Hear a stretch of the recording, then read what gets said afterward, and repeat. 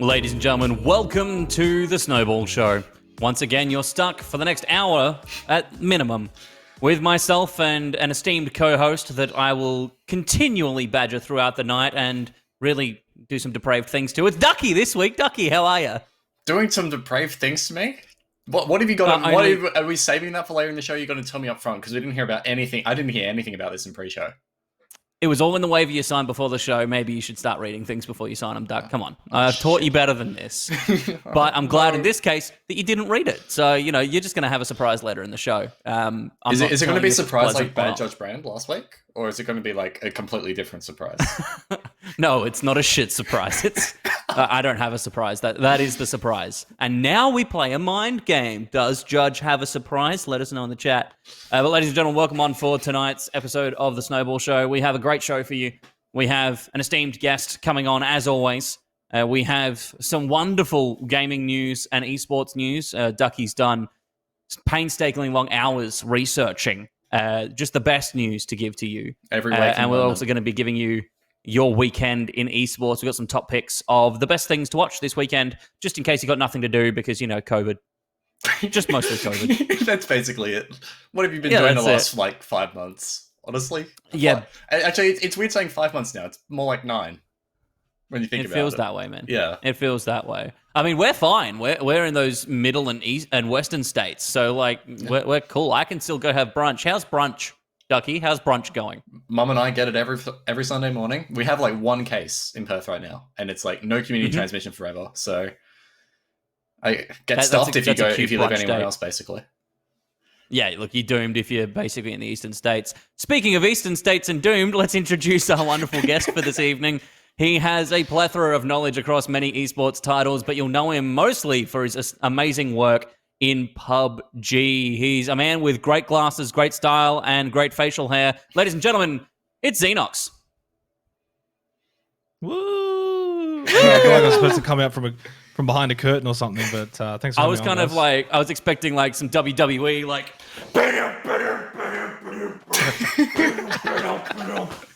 that's kind of what I wanted. Waving to the crowd, you know? Yeah, and the big smoke going up by the side of your white down, got the swag on. Yeah. His name is Zenox! No, sorry. We don't have any of that. Swifty, can we get onto that for production, please? That'd be great. Oh. But Zenox, welcome to the show. Glad to have you on. Glad to be on, mate. I really appreciate it. I mean, you mentioned how you guys are in the safe states. I feel like I'm just surrounded by bloody COVID. Can't really leave the house without feeling like I'm gonna bloody get it or something. But I'm trucking on well. Fortunately, it hasn't really affected me too badly. Been able to still just keep casting online. So a couple of missed international events, but it is what it is. That's it. Hey, we can all, once this blows over, people shut the fuck up and wear some masks so we can go get brunch, and that'd be amazing. Zenox, Yep. we're going to dive straight into your career, just right in there. And let's start with the very beginning. Cast your mind way back to when you first caught the allure of the microphone and commentating, shoutcasting esports. Tell us all about it. How'd you get into it? Overwatch was the first game that I was casting. It was a community called World Pillions that I was a part of. I'm not sure if you actually recall Server 76, World Pillions. This is like, what, 2016? Yeah, that's very early. And I was just an admin there. I wasn't even really casting at all, really. And then we started doing some custom games. As an admin, I thought maybe, I don't know, I'll give it a shot. We'll put it on Twitch, have a bit of a cast. And I was pretty bad, like really, really bad, in fact. But you know what? Like I kind of enjoyed it, and I was like, I'm gonna just keep doing it for fun, and that's all it really was. It was just fun. Eventually, I came in contact with GameStar, who I don't actually know. Are they still around? They are. Yeah, I see Crisis posts every once in a while. They've done. Right. I can't remember the last time they did a broadcast, but they're an enigma, just kind of lurking around the space still. Absolutely. I think they might have sort of gone down with the Heroes of the Storm ship. I that think was like their last product. But yeah, so I sort of got in with them. Quickly started casting with Bobby J and GameStar and did some Overwatch for it was only a couple months. It wasn't that long, maybe 3 months or so, 3-4 months with GameStar, and then kind of just departed from them. We did the Oceanic Summer series with Full Circle, although I don't know what they're called nowadays. And that was with Gino and Bobby, Dr. Nada, the early days of Overwatch. And fortunately, then a couple months after that, went to the old Cyber Gamer Studios, which was really cool to go to because it's almost like a bit of memorabilia in OCE esports history, because not a whole lot of people got to go there. They had the best seats in the house, didn't they, Judge? Oh, dude, I have one of those seats still. Yeah. I have one. When CG closed down, I made sure that I yoinked one of those seats because it was just best prime esports seating. Yeah, prime. Best seat I've ever sat in. But yeah, so this, I mean, like if I started like Q3 of 2016, I think CG Land was about halfway through 2017. So I had already done a lot in a very early career. I was very fortunate. Overwatch didn't really have a set commentary team. It was really only Gamester and Bobby J. And once we sort of got involved with Full Circle, obviously that opened up with Avril and Pixie, who obviously have gone on and done great things, those two. So I didn't really have much competition. I was really crap for a very, very long time. I was really, really bad. But because there wasn't much competition, and I was able to get these LAN opportunities in New Zealand, Adelaide, I was able to sort of just improve pretty quickly. By 2018, things kind of slowed down a little bit, and I ended up doing some Rocket League stuff and kind of beginning my expansion. We did the Overwatch it was the open trials. It wasn't even contenders, because contenders hadn't even come around. So I was doing the open trials, and of course did that for a couple of seasons before ESL ended up getting contenders. So I didn't really see much of a future in casting, and definitely didn't see much of a future in Overwatch, and I had to expand, really. I remember having like a sort of conversation with like Genome, who we kind of spoke about where do we go now. He really, really wanted to stay in Overwatch casting, and only that. He didn't want to do any other casting. Like, it was just not in his radar. Bobby J said he was going to focus on streaming, and I was like, I'll just keep doing the casting thing. What's next? What can I do now that I can't do Overwatch anymore? And lo and behold, at this point in time, this was when PUBG just kicked off and was the biggest thing on Twitch, the biggest sort of game going around that everyone was playing. I was playing it casually. I was having a lot of fun with it. But I then got an opportunity to cast it, and really from then the rest is history. There was no real casters in PUBG. So again, similar to Overwatch, I got in from the start, got a bit lucky, fortunate. By this point, I had about 2 years of experience and basically haven't looked back since then. 2019 was definitely my best year. Getting to go to Korea, getting to go to America and do the World's Finals for PUBG, consistent traveling to Sydney for all of the PUBG events. and kind of just, I guess, reward for the amount of broadcasting that I did in the early days for free. A lot of grinding, but also compared to like guys like Ben Green, Elfish Guy, who did even more grinding than me, I feel so fortunate in my career, where I'm at right now after 4 years.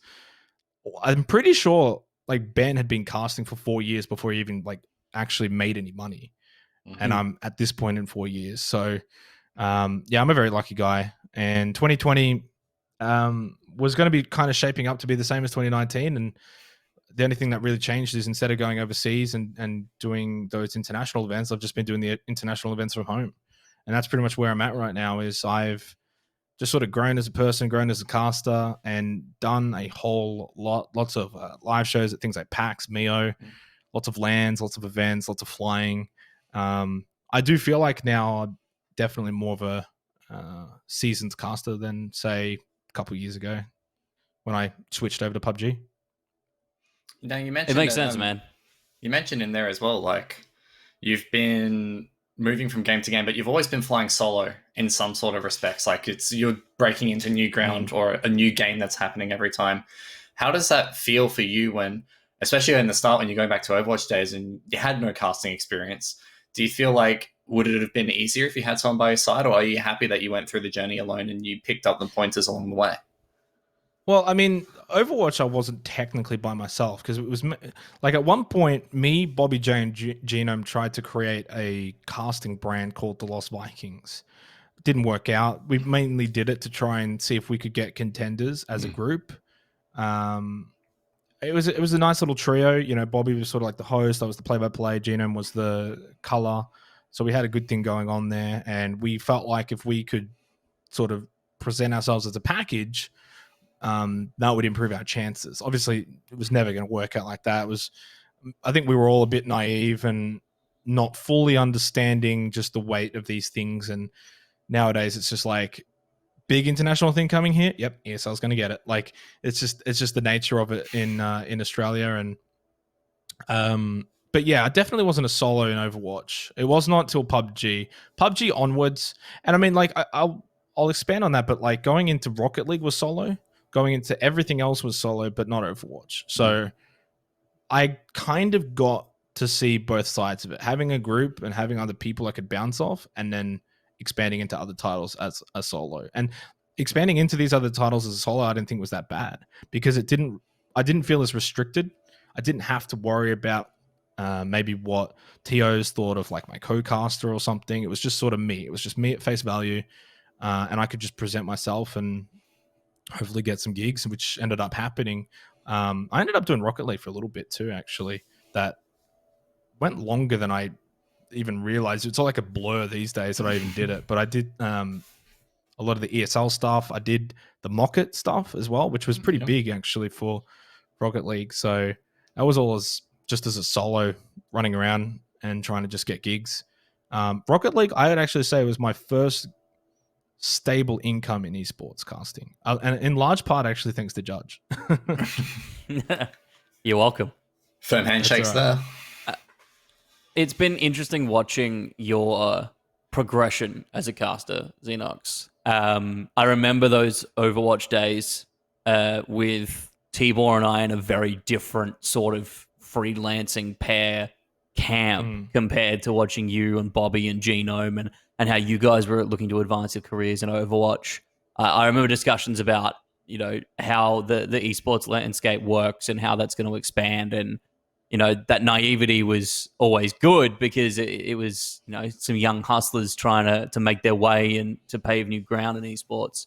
And I definitely feel that from watching, even from my humble perspective of your career and how you've grown, I very much like that you went solo, because I've found that it's been, please elaborate on how you feel, but I think it's given you great opportunity not just to expand into a variety of titles and find your style amongst casting those and the differences and nuances between Rocket League and Siege and Valorant and PUBG, as you know, as they all play differently. But I think it's also given you an opportunity to play around with your style when commentating with other people, when you've had pairings forced because you're a freelancer moving into a gig environment here with jobs with ESL and international gigs?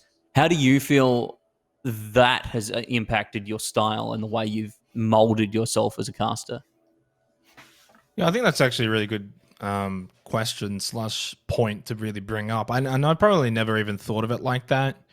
You know, having to sort of bounce from co-caster to co-caster, who really everyone's got their different styles, everyone's got the different opinions, everyone casts differently, and I think that it definitely prepared me for the international stuff, right? Because I mean, to be fair, the international stuff was a breeze because you're casting with worldwide talent. Like, it's just easy because you know your co-caster is established. They're there for a reason. And these guys are very much full-time esports in North America and Europe, for instance. But it certainly helps being able to just bounce around in OCE. Like, I've casted with just about almost everyone, I reckon, in OCE, minus games like League of Legends and probably CSGO. That's about it. Everyone else I've just about maybe either casted with or been on a broadcast with. And it certainly helps because you can bounce off people differently, and then you can take the positives and apply that elsewhere. You can really sort of say, right, this worked or this didn't work, and then you get someone else, right, this worked, and after you do it like with 10 different people, you kind of begin to see patterns and formulas start to play out, and it just makes it so much easier than the next time you do it and the next time you do it. So I feel like if I had have had just like a solidified co-caster from the get-go, and we had this just one style, and then they were like, right, we want you, just you're coming overseas, or you're going to ESL or whatever, now you got to cast with someone else, probably would have been a little bit of a struggle, but probably not that bad. I don't think it would have been that horrible. But I definitely like, I didn't see another world where I was going to just move around with like a co-caster from game to game, and I think solo gave me that opportunity to do that. And you've mentioned that you've casted like a plethora of like FPS titles, but have you ever drawn inspiration from perhaps other titles? Like you mentioned League and CSGO, you haven't really touched much on. Are there any casters that potentially from outside of the realms that you currently cast in that have heavily influenced how you feel as a caster?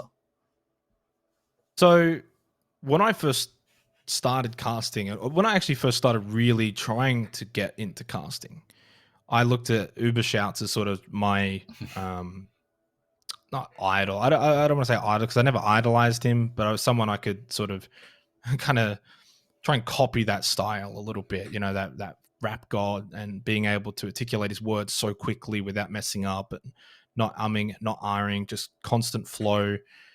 But over time, I've come to realize I think every caster needs to have their own style. You need to find what works for you. You can take or you can look at little positives from each wildly renowned casters, but you got to find what style works with you. Like there's casters I see in other games where I'm like, yeah, they're really good. Like my favorite caster is Henry G, right? And I don't cast CSGO, but I just like his casting. That's just how but I don't try and cast like Henry G.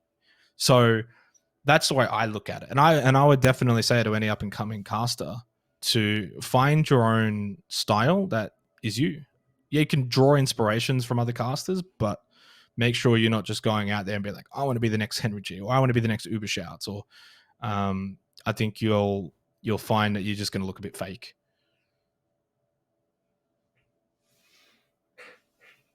I'm waiting for someone to say something, so I'm going to say something. I was waiting for Joe to join. Sorry, I was trying to fix my mic. I nodded my head to aggressively agreeing with you, Zenox, and my road needs replacing. Let's put it that way.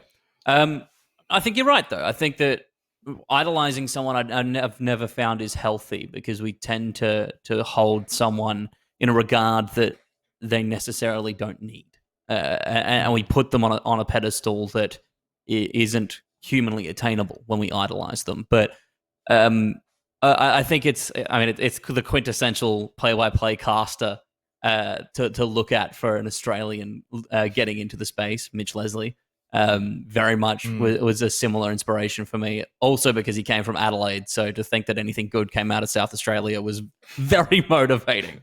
Yeah, I think that the points you've made are great, though, about how you need to take the positives and look to apply them elsewhere, taking those little nuggets of wisdom and thinking about them and how you translate them to something different.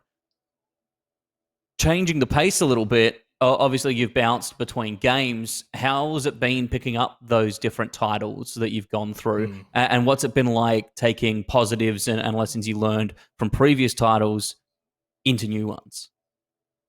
Yeah, so this is something that usually I get asked quite a bit. And then really the best example of it is going from Overwatch to PUBG. Overwatch is a very fast-paced game. So you just constantly talk and there's always something to talk about. And in PUBG, as we all know, the first 15 minutes is a snooze fest. There's nothing really going on. At least nothing going on that the public really cares too much about. It's mostly just looting, rotating, managing your position inside of the circle. That's about it. So I had to change my style of casting very, very quickly going into PUBG because I couldn't just rap god it up like I was in Overwatch, which is I'm very grateful for that. I feel like, so in PUBG, I was coming in as a solo because I was doing a lot of it solo. Obviously, when PUBG kind of started, battle royales were only just popping up. Everyone's like, well, how do you cast this? Blah, blah, blah. So the solo way was the way to do it. And it meant that I had to learn how to be very analytical because I had to sort of fill the role as a color. It also meant I had to improve my hosting skills because I was technically the host for the show and I was obviously the play-by-play. So it kind of taught me all three roles. And, you know, going from Overwatch where I was just play-by-play and that was it. I was just like casting what's on the screen, to then PUBG where I'm trying to incorporate all these roles. The biggest thing I took out of it was to try and be a very analytical play-by-play. That's just me. That's how I like to be. I like to try and incorporate analysis into the actual play-by-play, which, I don't know, maybe some color casters maybe don't like that because I feel they maybe feel like I'm stepping on their toes a bit. But I feel like for the viewers, it's good to be informative so that I'm not just bland. I'm not just touching the surface. One of the things actually good old Mitch Leslie said when he did one of my VOD reviews back in 2016 was I was scratching this. Well, actually, I think it was maybe he said it to Gino, but he said we're scratching the surface. You've got to go deeper. Got to go deeper. And so that's really sort of my philosophy. And that's what I took out of from switching games and getting to see, right, new environment. This is what I've picked up on. This is what I've learned because I'm in that new environment. Rocket League was another good example where, you know, it's not the most fast-paced game. There's really not that much going on. And truthfully, it's probably the easiest game I've ever casted. But you still have to have good knowledge, scene knowledge. That was the biggest thing I learned from Rocket League, integrating into a new scene. Because technically I went like Overwatch, Rocket League, back to Overwatch to PUBG. So it's a bit weird, but integrating into a new scene, meeting new people, learning scene history, the player history, the team history, all these things. That was really what I took out of the most. Because in Overwatch, I was very integrated from the beginning. So it was very easy to follow along with things. And then obviously now into PUBG, for instance, you know, I know every single player that's in tier 1 and almost even in tier 2 through the scenes. So, but if I was to go into, say, League of Legends, I wouldn't know anything. I wouldn't know any of the team history. I wouldn't know any of the player history. I wouldn't know who the best player is. So that would be now something if Riot comes to me and they're like, Zenox, we want you for OPL next season, we'll give you $1 million. And I'm like, sweet, cool. My first thing would be to go and learn the history of the scene and the game and everything, and then build up from there. So that's what Rocket League taught me, and that's what PUBG taught me.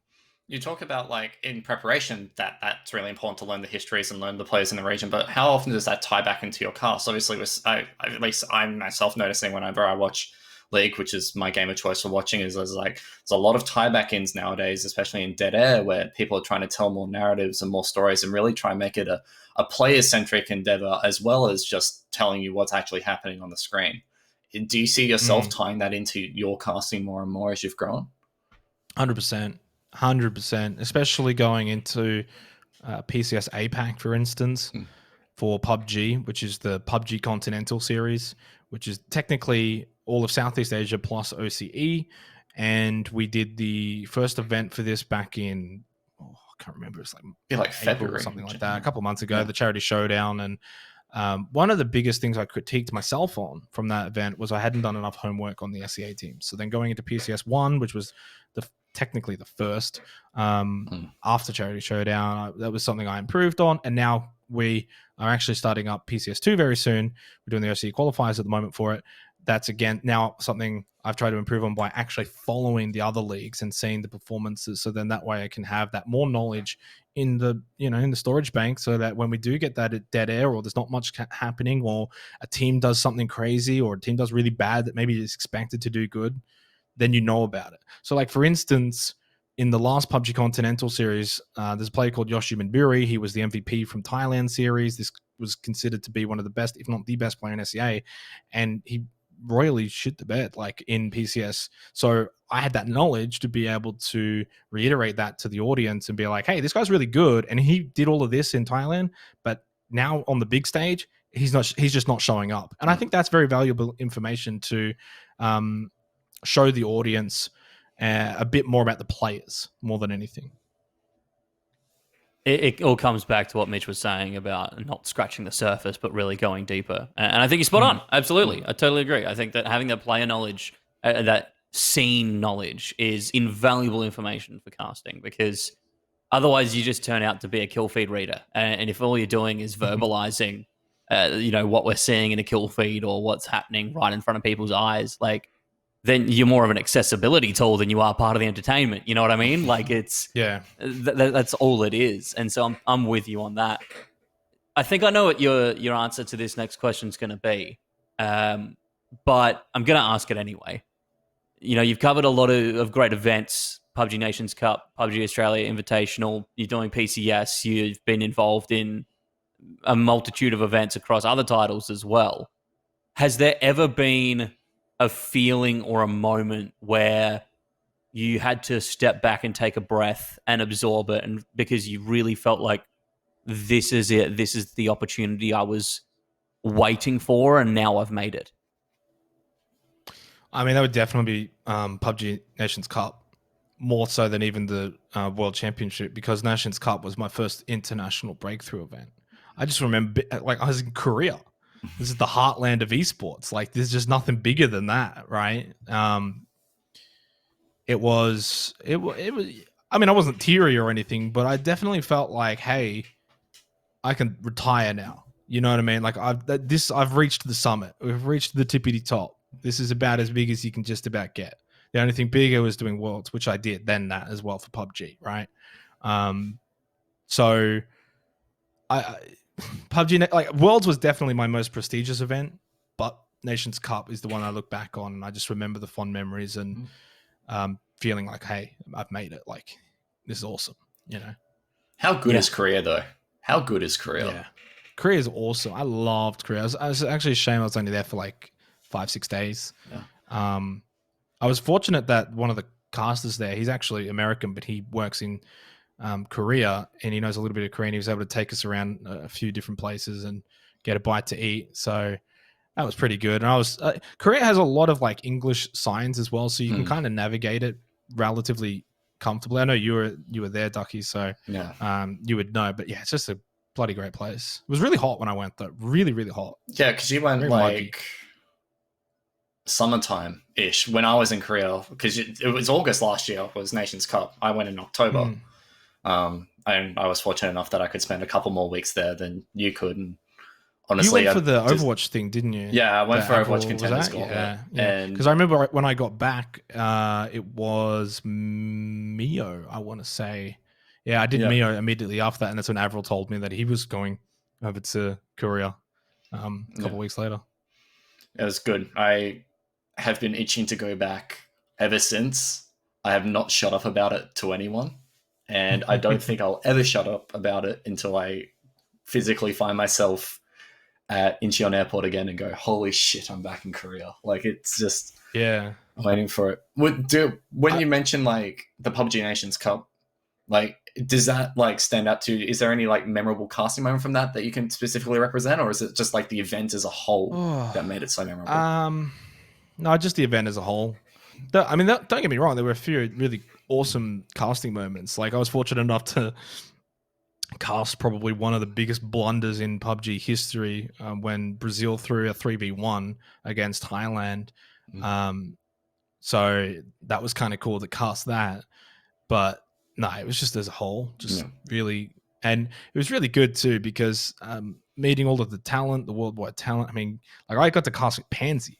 Like, you know what I mean? Like that's awesome, right? And she was awesome to work with. So, and everyone got their fair share of everyone did the same amount of casting, which was awesome. You know, sometimes in some tournaments, if you're like the little guy, you maybe only do the scraps. Like maybe you do the quarterfinals and max maybe one semifinal, and then the big guys go and do the grand finals and whatnot. But everyone had their fair share. It was a really good, awesome experience. Got to meet a lot of the PUBG Corp guys and continue to gain good relationships with them. So yeah, just as a whole, the only downside to that was I got stuck in Hong Kong airport from the riots on the way back. So that was not fun. Rough, dude. I made sure deliberately that I routed through Thailand. Like I went through Bangkok. I forgot to really do that. See, what happened was they did so on the Monday before I left, they did the riot or whatever, and then I left on like Tuesday. So, but when I got there, everything was fine. On the way back, I'm at Incheon Airport, and I'm looking at the news. I'm like, okay, there's nothing going on. I literally get on the plane, and when I land, everything's cancelled. I still got the videos and everything of the board. Just cancel. Everything's cancelled. Don't worry, it wasn't that bad. I mean, it was really just kind of like, so I got there at 4 p.m. I was meant to leave at about 5 p.m. I ended up leaving at like midnight. So it was like an 8-hour layover in the end. But the worst part was I just didn't know, like the information, just no one had information. So for a good 7 of those 8 hours, I had no idea what was going on. They told us our Melbourne bound flight was cancelled till Wednesday. So this was like Monday at 6 p.m. And they're like, you're here till Wednesday. I'm like, oh shit, that's not good. And then a couple of hours later, they're like, hey, we got some space on the Sydney bound flight. And I was like, I'm on. I'll go to Sydney. This is the only time I'm happy to go to Sydney. I'd rather be in Sydney than Hong Kong. And by this point, obviously, I had done a lot of ESL casts. So Sydney was like my second home at that point. And I was just like, yep, get me there. Get me on that flight. It was literally just a flight to Sydney, though. You had to take care of the flight from Sydney to Melbourne yourself. Fortunately, Banana Culture, who I was working for, they covered all of that. So I was not out of pocket. But I literally landed at Sydney, got on the shuttle, went around to domestic, and booked a flight back to Melbourne. That's brilliant. Yeah. Zenox, these next two questions before we get into our fun segment are kind of tied I thought this together. was the fun segment. Yeah, no, this is the deep dive, baby. All right, you wait. We haven't even gotten You're gonna know started it's yet. gonna turn up to 11. The 2-part question, they go hand in hand. What's been your favorite game to cast out of all of the experience you've had? And what would be one title that you'd love to cast but have just never had the chance to? Ooh. They big. I'd probably have to say Overwatch is still the most fun game I've ever casted. I love PUBG to death. And don't get me wrong, the last 10 minutes of PUBG probably compares, if not even better, as Overwatch. But when you have to take into account the first 15, 20 minutes, Overwatch wins. So because of that, I'd say Overwatch. But the only 2 games I can really think of would be like League and CS, right, that I haven't casted. And I quite honestly don't want to cast either of them. Like I'm not sitting here like I want to cast League or I want to cast CS. I'm pretty content. I don't think there's anything out there that I'm sitting back itching being like, I want to cast it. Because I feel like if I wanted to go and cast it, I'd probably casted it. That's just my philosophy. You've done a lot of that. You don't have a hungering pain to go cast some StarCraft 2? No. I've never played StarCraft. And I've never been big in the RTS genre. So I never played like Warcraft or anything like that. So definitely not. I played a lot of League of Legends back in 2010. So I think if you had have asked me back in 2010, I would have been more than happy to cast it. But nowadays, there's just too many champions, too many abilities, and I definitely would not recommend it to someone who doesn't know the game. Go start somewhere else. Go play something else because, I definitely wouldn't recommend it. And like for CS, I'd probably rather just cast Valorant and just hype and get on the hype train for Valorant. Like, there's so many CS casters, it's already so saturated. So that that notion, plus I don't have really the passion for it, means neither of them.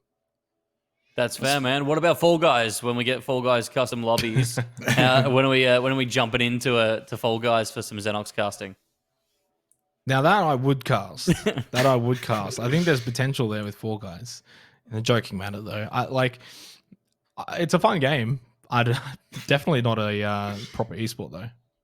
I don't think it has that competitive. As much as we all talk about, the debate on how to level the playing field and battle royales, and I think that debate's forever going to rage on. I think Fall Guys takes that to the next level. So I don't think we'll you see mentioned it. that. I just remember there's also Fortnite and things like that. I have no interest in casting Fortnite. Yeah, that's fair. That's Zero. fair. Yeah. Before we move on to the fun segment, I promise this is now the final question. We've obviously seen you on Rise of Valor, which is Fortress's ongoing Ignition Series event for Valorant. What's it like getting into the Valorant space, another fledgling title that's got a great developer behind it and pedigree in terms of esports history, but what's it like moving into a scene that's having people from all different titles come in as a player base? Yeah. Feels like a battle royale in itself, right? Who's going to be the last one standing in Valorant as casters and players? I thoroughly enjoyed it. I actually had a lot of fun casting Valorant. I've been playing it since the beta. I'm not really great at it. I'm like plat, but I feel like I got a good understanding of the game. I feel like on the weekend, me and Vandy did a really good job. So I was pretty pleased with how it went, and I, as I said, really enjoyed casting it. I feel like though it's just so early days. It's so early days. Are the same players who are playing now at the best? Are they going to be the best in about a year's time? Probably not. Like it's just there'll be a couple, but not too many. And I've seen it in other titles as well. And the same thing with people who are casting it. Like if I'm going to be truthfully honest, and this is, I don't know how many other casters are watching this, but I would probably, if I had to put money on it, I'd probably say this is going to be similar to OPL eventually. This is going to be probably Sydney based as it becomes controlled by Riot.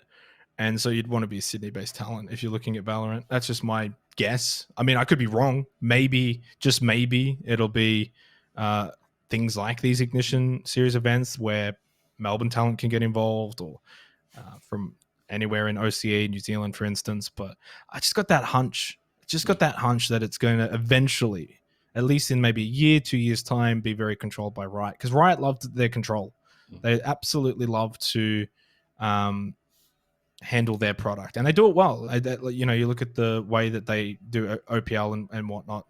It's a great product. So we'll see. We'll see what happens. I don't know. What's your thoughts, Judge? Do you think it'll go down the CS route, or do you think it'll be the OPL route?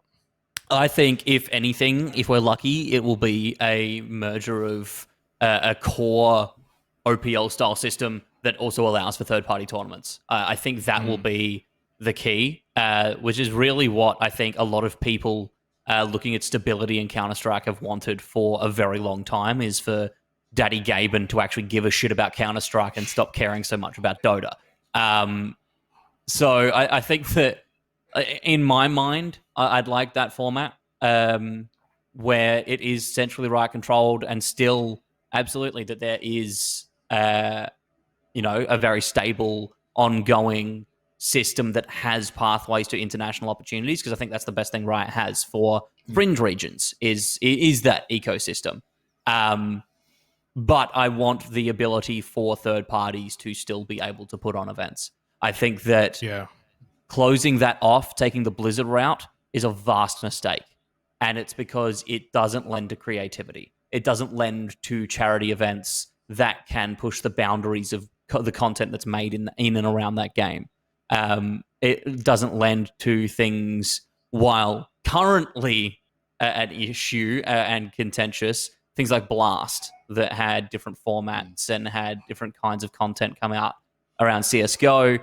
If it was all centrally controlled, it limits the ability for that kind of stuff to happen. But then on the flip side, Riot, you're right. Riot has a damn good product. I've been a Riot Games fan for quite some time now. I love the product that they have with League of Legends. I love the ways that they've expanded it on the world stage. And I find myself every fucking year now really liking whatever music they put out with the skin set before Worlds, and then all I can do is think of KDA Pop Stars or Rise or Legends Never Die, and Hey, no, all it of a all sudden started my with Silver Spotify Scrapes. recommended. Yeah, it did, It all started baby. with Silver Also, Scrapes.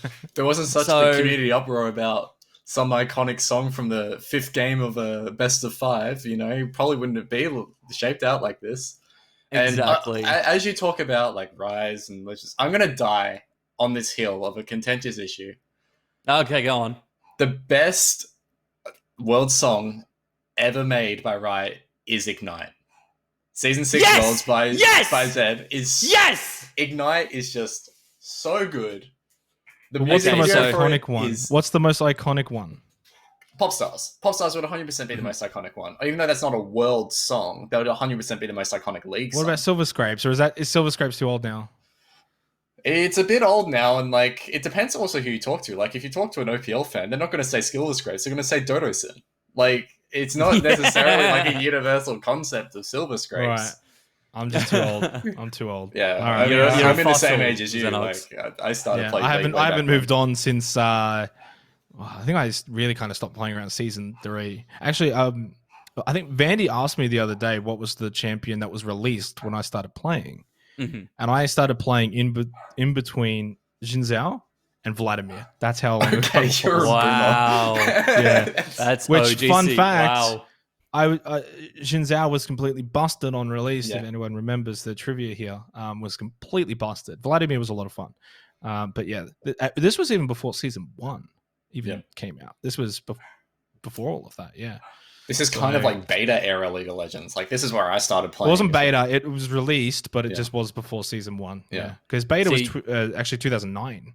You guys are old dogs in League. I was a country kid with dial-up internet, so PC gaming was just not fucking available. So my entry to League of Legends was late. I started like a lot of people I know started in League is 4 buddies told me to come play because they needed a fucking support and were sick of randoms coming into their 4 stack. So they made me play support, chucked me on Blitzcrank, and that was 2 months before Thresh was released. So I went straight from Blitzcrank to Thresh, the fucking Chain Ward, and Daddy, and that was my entry to League. So you guys are nice. old souls. I don't remember those old times of. And I remember recall horrible the- graphics, but not as horrible as you guys had it. Well, yeah, it was pretty Yeah, bad. it was- The first champion that was kind of released at a convention was Nocturne. Yes. Yes.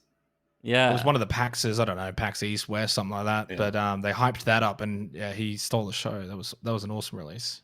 I think he's crap now. He's actually all right. He actually, Is he's he? like, Oh, yeah, right. he's I not think just he went through like mediocrity for like 5 years or something. Yeah, and all of a sudden, like last year, he popped up, and now he's good. But he again. was when he came out, he was also pretty busted. I mean, Riot have this formula though, right? They release a champion and it's busted on release, and then they'll nerf Yeah. it into the ground after people have bought it. Yep. And they release a damn good skin with it so that they can double dip on that money. You buy the champion, you buy the skin, you flex on it to all your friends, and then Yeah. 3 weeks from now, it'll be nerfed into the ground and you'll stop playing it and buy the next one. It's not even that. Like, it's even for like new skins for pre-existing champions. It's like Riot will buff the champion in the patch before the skin's released, and then Yeah, I'm everyone just would be waiting- like, "Oh my god, I'm just waiting for this champion Killjoy to now." get nerfed as well. Like the Yes. philosophy will probably translate to Valorant.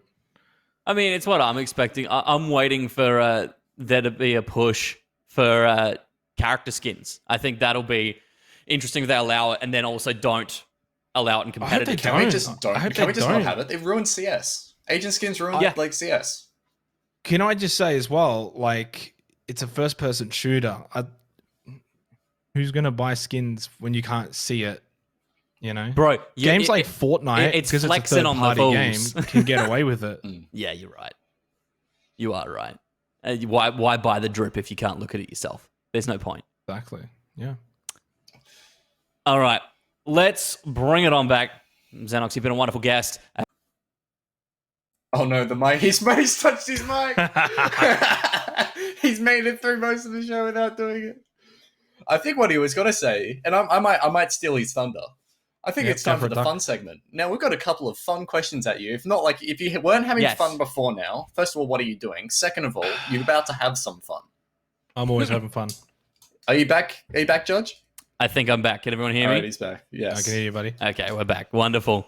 Yeah, look, Road, if you're watching the show, hit me up. I need a PSA 01 and an NT USB with a new Hey. cord. That'd be great. I got the Rode Procaster right here as well. Love it. Oh, It's awesome. damn. We're all repping it. We're all repping it. Yeah. That's how we do. That's how we do. Hit us up. All right. Yes, the fun segment from PUBG. Zenox, it's been an ongoing theme for our show to ask our wonderful guests questions centralized around what they would change, make, edit, improve for their core game. So we're going to tie it right back to PUBG, and I've got a few questions for you here. Right. What's that? Blue Balls Interactive? You need Zenox to come in and give you an idea? Zenox, they're asking me if you could add a vehicle to the game, pick any vehicle, what would you add to PUBG? Do I have to add a vehicle? Yep, you have to. You have to add one. You got to add a vehicle. This is just number one. They're testing your creative prowess here. They're like, anything you want can be as fanciful or dumb as you want. What is it? Bicycle. Fuck yes. Yes. Completely silent. Like, it's a weird bicycle that doesn't really make sound. You don't go too fast, but you're not making any sound. You know what I mean? So it's kind of got this benefit to it. It's like an e-bike almost, like an electric bike. And you know what? We'll make it a BMX so you can do tricks and shit. Fuck yes. Get some Dave Mirra on Miramar, dude. I'm seeing the connections. I'm picking it up, dude. I love it. Can we have a bell on it, though? Because I think, like, if we could all be riding around on bikes and trolling Grims so much that we get banned for ringing a bicycle bell, that'd be sick. Like, that's what I want in PUBG. The ultimate BM, All right, cool. hopping on a bike after you down someone.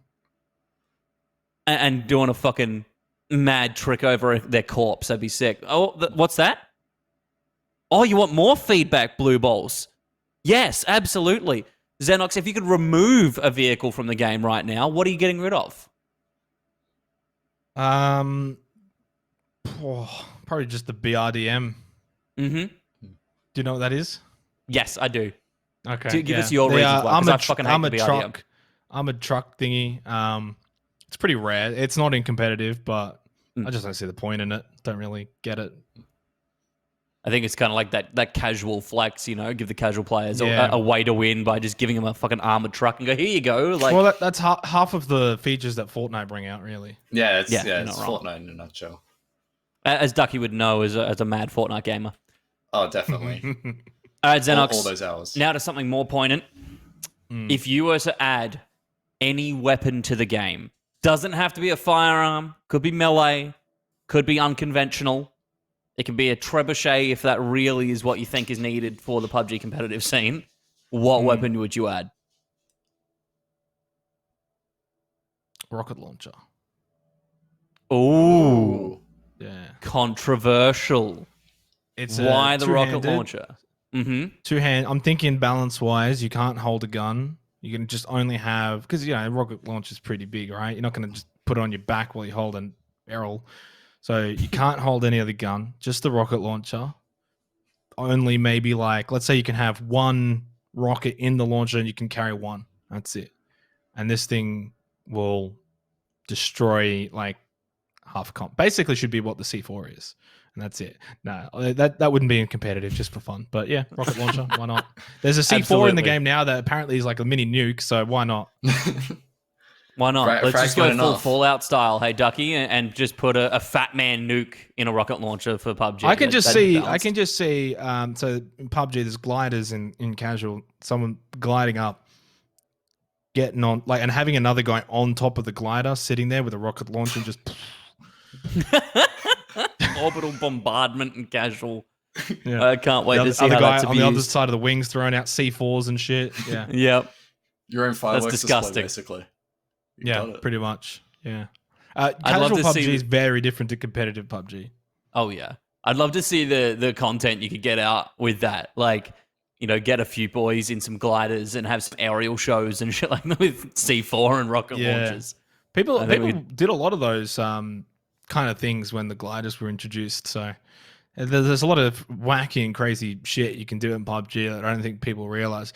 The thing is, because it's in casual mode, but then the way you get a lot of this stuff is usually like airdrops or flare guns or things like that. So it's not like you can kind of just drop down loot a building and you've got yourself C4s and rocket launchers and shit like that, right? And the BRDM out the front, like it's all pretty rare stuff. But when you get it all and you get a squad and your aim is to cause chaos, you can.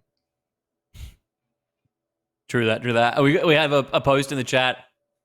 Your boy Avril has just said, "Bro, Zenox has turned PUBG into Warzone with the rocket launcher pick." Do you think that your balancing for PUBG is very much like Activision's balancing for Warzone? Oh, for casual, yeah. I keep it all away from competitive though. Of course. I cannot. I can't wait. Like through work, obviously. Like the thing that I learned this week from work is that Activision don't release numbers when they like balance weapons. Like they won't tell you. They'll tell you damage for X gun reduced, but they won't tell you how much. They'll just say, "Oh, it's reduced." Kind of like the rating in Valorant, right? It's reduced slightly, greatly decreased, greatly increased. Yeah, it's just. It was like we have ginormously increased the damage on the M416. How much it's is been increased by ginormously? 4 Who points. knows? Yeah. How big's ginormous, Ducky? About 3 inches. Zenox, if you could remove a weapon from the game, what weapon would you get rid of right now? What are you sick of?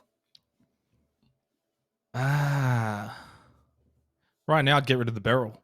Yeah, which is me too. The meta gun at the moment in PUBG. Everyone's trying to find it whenever they're playing competitive. So, yeah, just get rid of that. Why not? Although the thing is, right, and it's like in any game, there's always something that's going to be the best. There's always something that's going to be the best, and they're always going to find it. The barrel's gone, everyone goes back to the M416.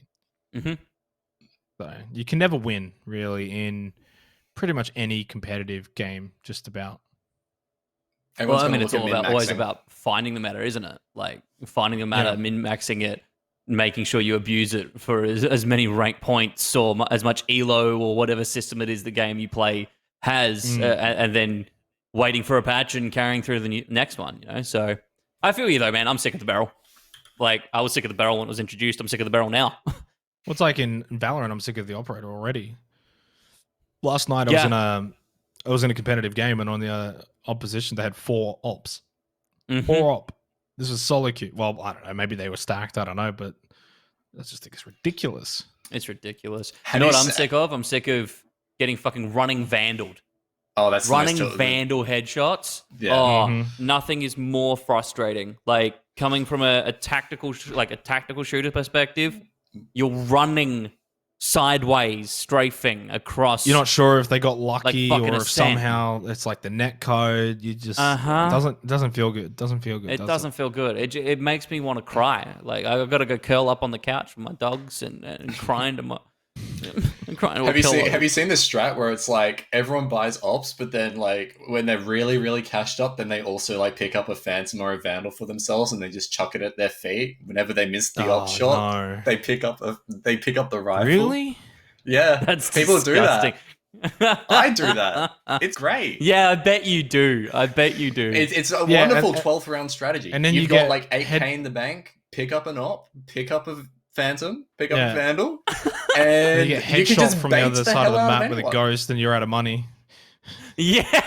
True. Xenox is going to come rolling up, crouching some through raise fucking ascent mid and get you. Some raise with a shorty, just like double blast pack halfway across the map, just caught one of the face. Dude, flying shorty is my favorite shit. Yeah. Just jumping off of something and shortying someone in the face. There's nothing more satisfying. There's a guy right now running around. His name's Trolleyhead. Have you heard of him?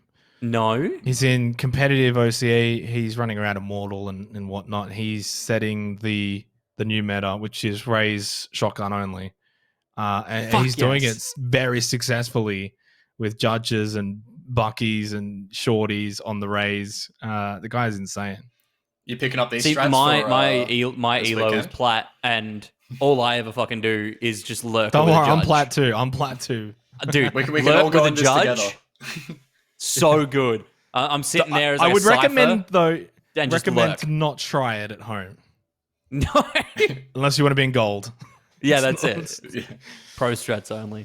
Zenox, you've been a wonderful guest on our show. Thank you so much for spending time to come and have a chat with Ducky and I. We really appreciate it. It's been great to have some insight not only into your career, but also into what it's like to be a caster, and also your insights into beautiful game development for PUBG.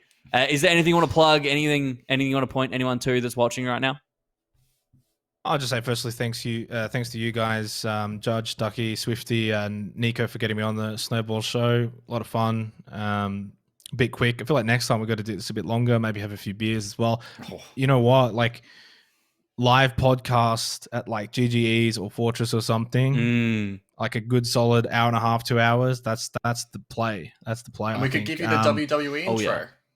If you haven't checked out my YouTube series, Zenox State of Mind, basically just a one-on-one interview with PUBG players and the likes. Go and check that one up. Other than that, I guess I don't know who else to really thank. Thanks to everyone who I've ever casted with, and to all the TOs for giving me money. Is that it? Yeah, baby, I love it. Yeah. Ladies and gentlemen, let's say goodbye. I want to say goodbye for Zenox in the chat, and big goodbyes while Ducky and I wrap the rest of this show. Thanks Thanks Zenox. so much for coming on, mate. What a great guy, honestly. And Oh, he's a champion. Before we get too much further, and we've spoken a lot about Zenox tonight, but I'm going to speak about one last thing. Is like, I have never played PUBG, but I have followed the pro scene pretty thoroughly for the last year, maybe 15 to 18 months. All because of him. Like, I love watching him cast PUBG. If you haven't watched PUBG before, I would direct you to his stream later this weekend when PCS Oceanic Qualifiers is on, and just watch it, because watching him cast PUBG is a treat, and it can turn someone like me who hasn't even played PUBG yet, but still thoroughly enjoy the game because of his casting. I 100% recommend it, and he's an absolutely wonderful guy at what he does. Absolutely. I echo the same sentiment. I don't know if my endorsement of casters is worth much anymore. It's been quite some time since I've done casting regularly, but Zenox is hands down one of the best casters we have in this region. I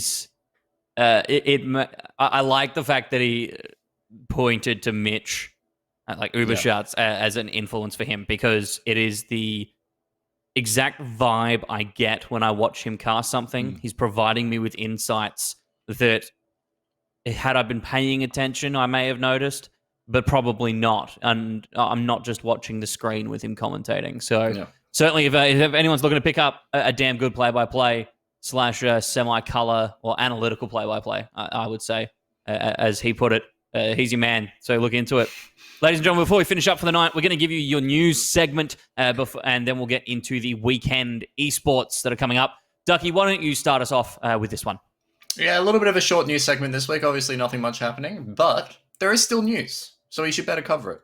Top of the ticker, ESL Rocket League, the RLCS X Oceanic Champs, long name, big name, can't fit it all. All the 6 invited teams have been announced. It's Ground Zero Gaming, Fury, Cringe Society, MyFreak, Renegades, and Ninja, but apparently they have a way longer nickname, but it's just shortened to Ninja. These guys were the top 6 in league play, so it's no surprise it's there. They'll be joined by another couple dozen odd teams in the open qualifiers in what is probably, what I think is, Oceanic's biggest Rocket League tournament ever. Yes, hands down. Biggest prize pool we've ever seen as well, which is, I mean, look, I love to see the support for Rocket League. A lot of people have been touting on social media that, well, it's no surprise, Zenox got bought out by the creators of Fortnite, Epic Games, and we saw a lot of changes come through with, of course, Rocket League is made on the Unreal Engine. There's a lot of cross-play that's enabled in that game, which is bringing a larger player base together, and of course, it made a lot of sense when Epic picked them up as a very marketable, family-friendly esports title. So good to see some large monetary incentive being put behind Rocket League. I'm interested to see how it goes. Duck, there's been the reignition of the Streamer Wars this week, though. We've seen Shroud, we've seen the Doc, and we've seen Ninja. What the hell's going on there? Yeah, Streamer Wars 2, I guess is what we can call this. Mixer's gone, but the battle's still raging on. So was Mixer even here? No, Mixer's way out of the room, but like I'm not sure. I'm not even sure if A, people noticed Mixer entered the room, and then B, actually left the room, because in classic slasher fashion, I'm just gonna say that there's probably more people watching the Snowball show right now than there were on Mixer as a platform. Yes. But in the streamer wars, you've got Shroud back on Twitch. He did his debut stream today, 517,000 viewers peak. You got Dr. Disrespect. He's back on YouTube after being banned on Twitch. He also peaked at 517,000 viewers. You've got Ninja, who can't make up his mind. He's streamed on both YouTube and Twitch. And then you've got Facebook Gaming, where no one's on there anymore because that's where all the Mixer people went. And I'm sorry, but I'm pretty sure it's a 2-horse race right now. But it's anyone getting that exciting. had deals with Facebook Gaming is now back on Twitch and YouTube anyway. So we're yet to see if Zucker Baby is going to put some money onto Facebook Gaming and actually get some big influencers over there. I think it's just the problem with the platform as a whole. Like, I don't want the people on my Facebook feed to know that I'm watching XYZ. Like, there's no, like, you can't hide behind an alias on there. You're always, like, forward-facing with your real name and profile. And that, to me, is just kind of, like, that's not it, chief, for gaming. Like, yeah.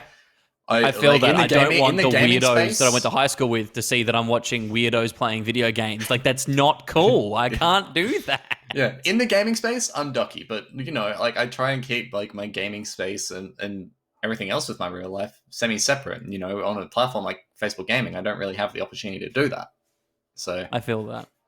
Well, before we keep shitting on Facebook, there is one piece of news that I really wanted to get onto before we head into the weekend of esports, and that is the rename of what is a well-known skateboarding trick. Tony Hawk's actually announced this over on Instagram this week. He's renamed the Mute, which is a type of grab, for those that aren't skaters in the chat. It was created by Chris Weddle almost 40 years ago. He was the first person to ever do the Mute, as it was named. Everyone was doing indie grabs around that time, and he was the first to do it in the reverse, which spawned the name of the trick. But everyone at the time, Chris Weddle, for those that don't know, is deaf. But they called it the Mute, and it didn't really make a lot of sense. And for 40 years, it's been called the Mute. But Tony Hawk announced with the remake of Pro Skater that is coming that they've changed that name. And there is an achievement and a challenge called the Weddle. He consulted with Chris and did ages ago. And in a long Instagram post, he explains all of this. But he talked to Chris and said, well, if you could have the name changed, what would you call it? And he's like, oh, well, I'd call it the Deaf Grab, or I'd call it, the Weddle. If it was to be named after me, I invented it because I'm deaf, not mute. So for 40 years, this trick has been called the Mute. And the guy could speak, he was just deaf. So skaters and gamers the world over that know Chris Weddle and know his contributions to skating, as well as Tony Hawk, are very impressed with this change. It's not only cool for the skating community and the gaming community, but also for the disabled community and for having representation. It's been a correction that has been a long time coming. So well played to Tony Hawk, and congratulations to Chris on finally being recognized for pioneering 40 years of his trick being in skateboarding. Yeah, and no better time to really do it, with all the hype around the Pro Skater remake and all that kind of time, and if Tony Hawk says it's going to be that's the absolute authority nowadays. So respect it, and it's good that he's getting the recognition that he needs. I'm by no means a skater. This was new news to me, but it's great that they're willing to change and actually recognize the real forefather of that. And that's all we got for news. I said it would be brief, but it is brief. You know what I hope is not brief, because I really love watching you do this. What's that, Ducky? It's the weekend in esports, mate. What's going on this weekend? Tell us more. Oh, boy, have I got a weekend in esports for you, ladies and gentlemen. Tonight is the ESL ANZ Season 11 champs for Counter-Strike at 9 p.m. Of course, all these times are in AEST. If you don't know what that is, well, you don't live in Australia. It's Rooster, and it's going to be against either Truckers with Attitude or Avant. So stay tuned for that one, and make sure you go check it out. Either way, it's going to be a cracker of a game. Tomorrow, we've got League of Legends, starting you off with the OPL Split 2 playoffs. It's 4 p.m, Chiefs and Direwolves, and at 7 p.m, Order and Pentanet Gaming. Make sure you tune in, because those games are going to be lit. We've also got the CSGO Mountain Dew League Season 34. That'll be at 10 past 7. It'll be Order and Rooster going up at it against one another. Saturday, it's Valorant with Rise of Valor Week 2. That starts from 12 noon, Saturday and Sunday. That's for the players, though. The stream begins at around 3 p.m. On Saturday as well, we've got the OPL Split 2 playoffs. It'll be 4 p.m. It's Legacy.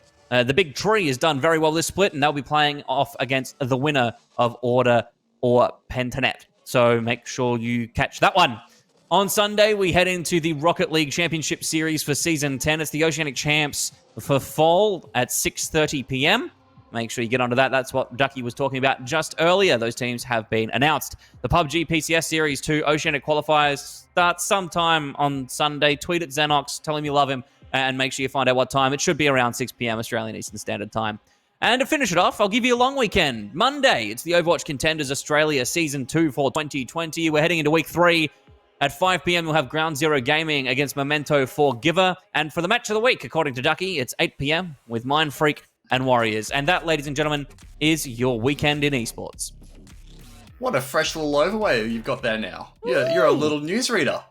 I'm a little bit special now. Yeah. Thanks, Swifty, for that one. I'm feeling like a little princess. I'm feeling well taken care of. So, ladies and gentlemen, that's it for the Snowball Show tonight. Thank you so much for joining us. Once again, thank you to my colleague here, Ducky. Can I get a big hog in the chat for Ducky? There he is. He's got it. Thank you, Ducky, for joining me on the show. Thank you once again to Swifty for being producer, talking in our ears, dribbling a lot of shit, and putting up with the crap that I managed to put on this show. Thankfully, this week, there's no red pullover. Lastly, I'd like to thank Zenox for coming onto the show and spending time with us, letting us deep dive and give him the lobotomy he needed for his esports career. And even more lastly, I'd like to thank all of you for watching us. I'm sure there are thousands of you enjoying what is the most prestigious esports-based talk show on Twitch. So thank you so much for being here. Ladies and gentlemen, I'm Judge. There's Ducky. Ducky, you want to say anything? Oh, yeah, I just said I'm Ducky, but thanks for watching, guys. And you don't have to wait until next Thursday for a Snowball podcast. This week we ran the pilot show for Run It Back, our Valorant exclusive podcast. Me on the desk, along with Avril, Racket, and Whipley. We're running that Tuesdays, every Tuesday, 8 p.m. Australian Eastern Standard Time. So if you're into your Oceanic Valorant, you want to learn more about the scene, be sure to tune in then. And as always, check out snowballesports.com for all the latest news and interviews from Oceanic Esports. And I guess until next week of the Snowball Show, that'll be goodbye from us.